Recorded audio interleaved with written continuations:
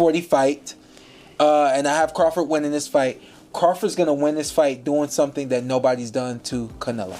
Okay. That's all I'm going to say. And it didn't take me going to camp to know this. Okay. If he doesn't fight the one way that he can only fight to win it, Terrence Crawford has 6 ways he can win it. And my money will go on the man who has 6 ways to win it over the man who has 1 way to win it. Is that going to be the same version of guy that's going to show up in September? No. I mean, Canelo, he didn't look as fit as he did his last fight. He looked listless. He looked like he didn't care. He didn't have the crowd behind him. Ladies and gentlemen, boxing fans around the world, we are staring down the barrel of one of the biggest fights in combat sports history. Terrence Bud Crawford versus Saul Canelo Alvarez. This isn't just a fight. It's a battle of styles, a clash of legacies, and a high-stakes gamble with boxing history hanging in the balance. Though, if Crawford's going to win this fight, he'll surprise people in the fashion he does it in. Because a lot of people picking Crawford, they think foot speed and turn Canelo all night. And I'm like, nah, he's born victor. No, it's just he's definitely a lot better than the guys of the last couple years who have tried to beat Canelo that way, Billy Joe, Caleb. But even though he's better than them, it didn't that game plan. It just didn't. It didn't work. So it's not gonna look like that if Crawford pulls this off. It's gonna look different than that. He does have a chance, and I think he could be victorious. If he doesn't fight the one way that he can only fight to win it, Terrence Crawford has 6 ways he can win it. And my money will go on the man who has 6 ways to win it over the man who has 1 way to win it. So you think Canelo has to kind of fight the perfect fight, right? If he don't, he's in trouble. If he does, he should be all good. Let's talk about the weight a little bit, right? Because we all know everything you accomplished as a heavyweight. What is Terrence dealing with right now? I don't think Terrence dealing with much of anything because Terrence did like I did as a heavyweight. He bulked up to the weight. He been dealing with super middles and light heavyweights in training. If you can deal with them in training, you can deal with them in the fight. So the weight should not even be an issue. Do you think Terrence is that one fighter where he could accomplish what a lot of people are thinking is not doable? Is he that one fighter who's just wired and has that different DNA? He is. And not only to mention is he the guy that can, he's already done it. How many 2 or 3 division undisputed champions have we ever had besides Usyk is a 2 division undisputed champ? This dude is a 3 division undisputed champ already. And if he win this, he'll be a 4 division undisputed champ. We may never see that again. See, people don't like to celebrate the reality when it's happening. They'll wait till the person dead and they talk about it. This man is the only 3 division undisputed champion that boxing has ever had. And we're asking, are we wondering, can he step up to a task? Really? Do you know who we're talking about? Shawn Porter says Crawford's training and strategy are on another level, that this will be a performance we've never seen against Canelo. Not just footwork and ring generalship. Something new, something historic. Roy Jones Jr. agrees. He claims Crawford has 6 different ways to win, while Canelo only has 1. Top-notch Hispanic fighter, put him against the top-notch black fighter, the black dude usually edges him out. And I'm not trying to be disrespectful to the Latino fighters, because look at the greats. De La Hoya, motherfucking Roberto Duran, Arguello, Felix Trinidad, what's my man's name? Chavez. So there have been legends, but 9 times out of 10, when the top Mexican legend takes on the top black legend, the black dude wins. Boxing and basketball is just something that niggas just, we got that wop that just, we edge you out. We edge you out. Duran lost to Hagler. He got knocked out so viciously by Hearns. Rumor is he's still waking up today. He lost he did the no mas with Leonard. Yeah, no, I've been hanging out with Sugar Ray Leonard recently. We talked about that whole situation. Lost to Floyd. He lost to Bernard. He lost to Sugar Shane Mosley. Usually the black fighters edge out the Latinos when it come down to it. So basically you're saying Crawford's going to win because he's black. I'm saying he's going to win because he's got skills. But that black component, that's that extra juice. That's that extra juice? I mean, look. It's like the Batmobile when it's going fast, and then he hits the nitro button, and the flame shoots out of the back of the car and takes it to another level. Black dudes have the nitro sweat. I was really excited that Terrence Crawford, when we were going through some of the historical things that could take place if he wins this fight, what they would mean. And at the end of that part of the conversation, he says, there's a lot riding on this fight. Like, he knows it. I don't think he feels pressure from it. I think he embraces that. But I like to hear that the fighter understands the magnitude of this fight and embraces that and realizes, like the general public that follows boxing or the media, that this is a bigger deal than your average fight, and that he is keenly aware of that. So I love that. He was very, very well spoken, and we discussed a lot of different topics, and I think people will get a kick out of it. It's on our podcast feed. It'll be up on the YouTube channel, and I hope people check it out.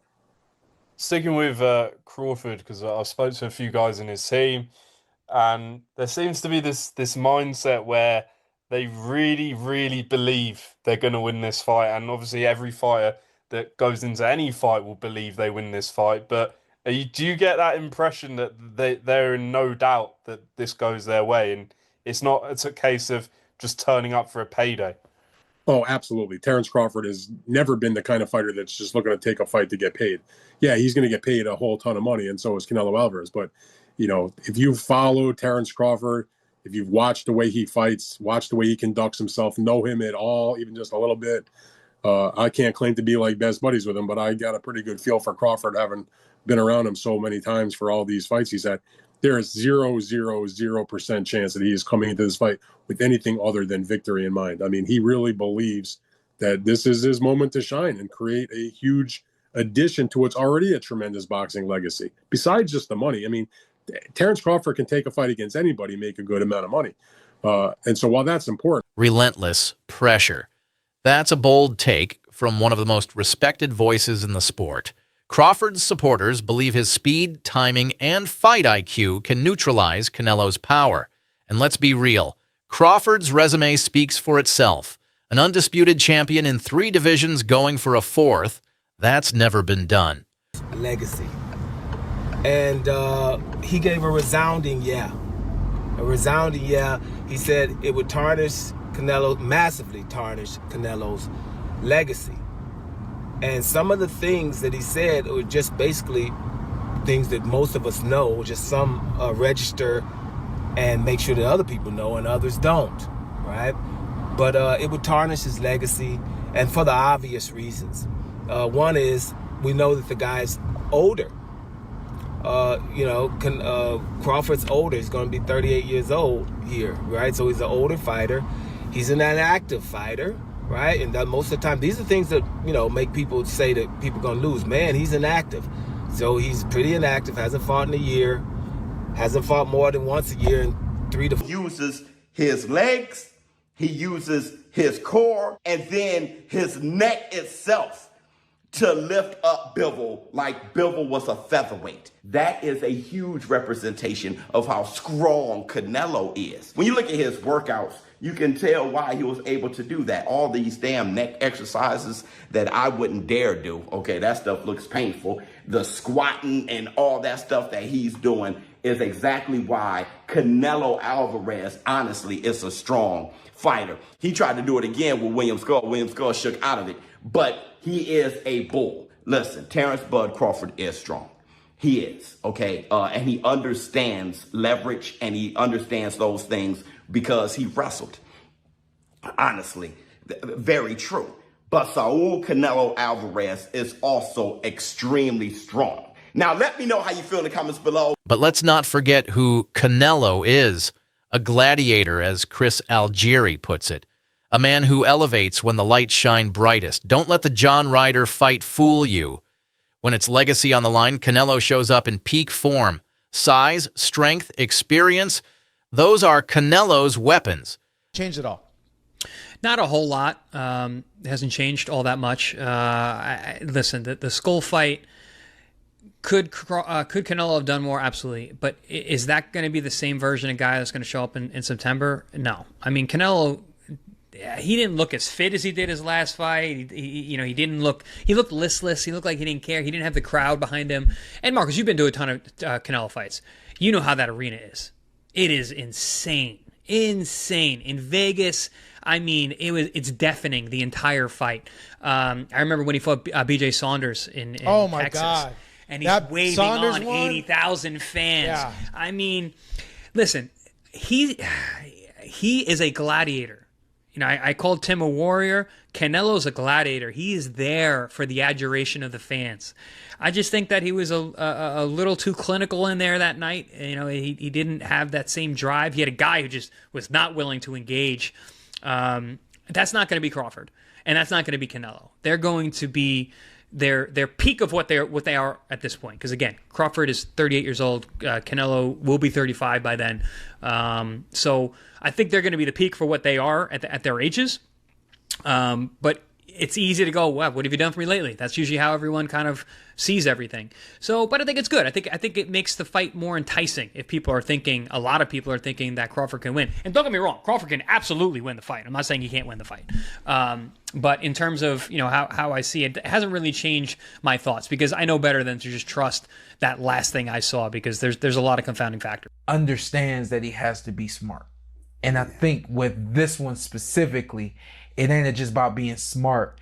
He knows he has to look like he's never looked before because, again, if he doesn't and he beats Canelo, everybody's just going to say, well, that's Crawford.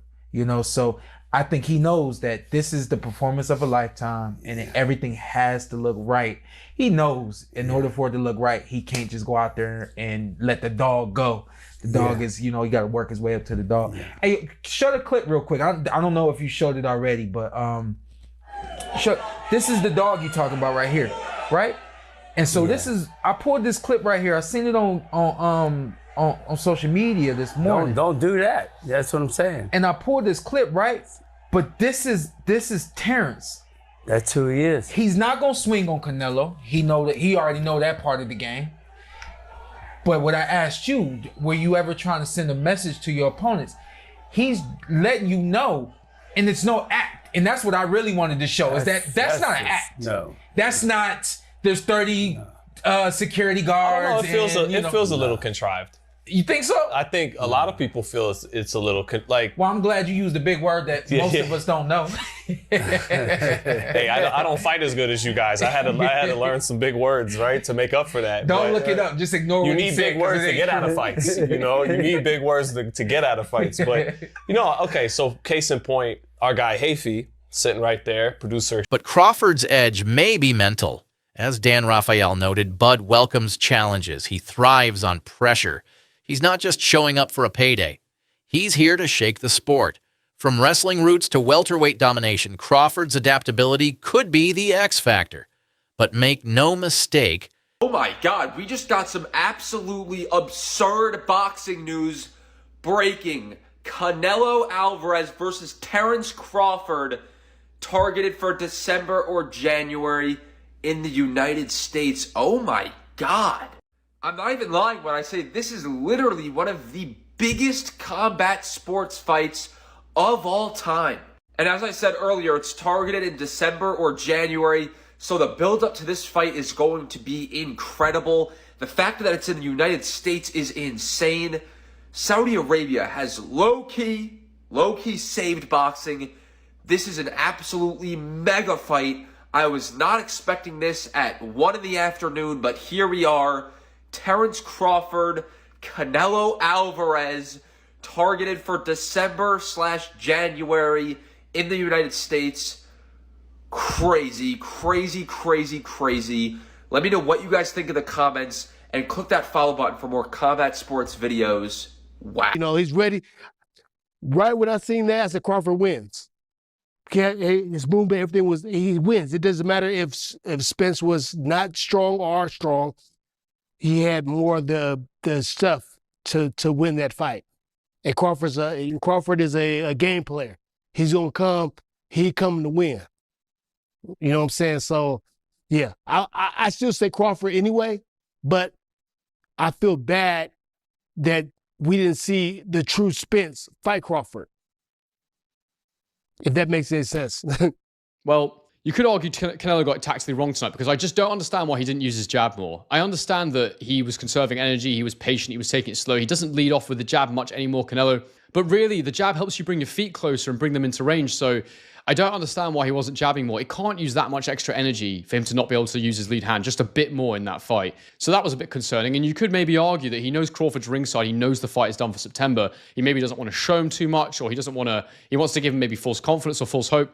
I don't think that's the case. I think you get rid of Skull if you can. And I'm just not sure Canelo is able to do it anymore at that level. Definitely good enough to beat a guy like Skull. Skull was clearly terrified of the power, but, what does this mean for a fight like Crawford? Well, the first thing I noticed was in the face-off, and I'm sure Crawford was wearing quite thick-soled trainers, as he quite often does, but the size difference didn't look that bad. It really didn't. Canelo's strength and durability are elite, and one clean shot can change everything. This fight is bigger than belts. It's about legacy. It's about greatness. And it's happening, likely in December or January, in the United States. Drop your predictions below. Can Crawford make history, or will Canelo prove he's still the king? Hit that like button, subscribe, and stay locked in. Boxing history is coming.